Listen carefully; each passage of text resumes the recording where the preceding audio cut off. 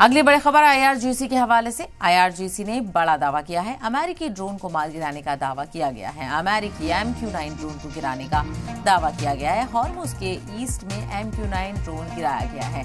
तो आईआरजीसी की तरफ से लगातार दावे किए जा रहे हैं और बताते चलें आपको, नया दावा सामने आया है जिसमें आईआरजीसी ने कहा है कि अमेरिकी ड्रोन के साथ ईरान लगातार मुकाबला कर रहा है और अमेरिकी MQ-9 ड्रोन को मार गिराया गया है।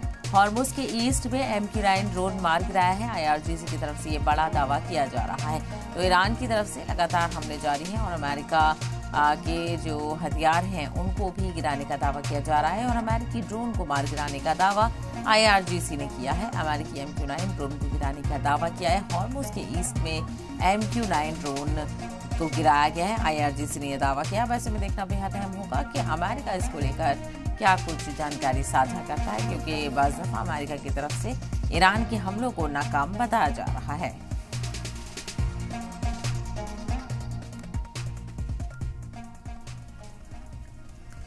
मिडिल ईस्ट में जंग को महीना पूरा हो गया है। अमेरिका और इजराइल के हमलों के बावजूद ईरान झुकने को तैयार नहीं है।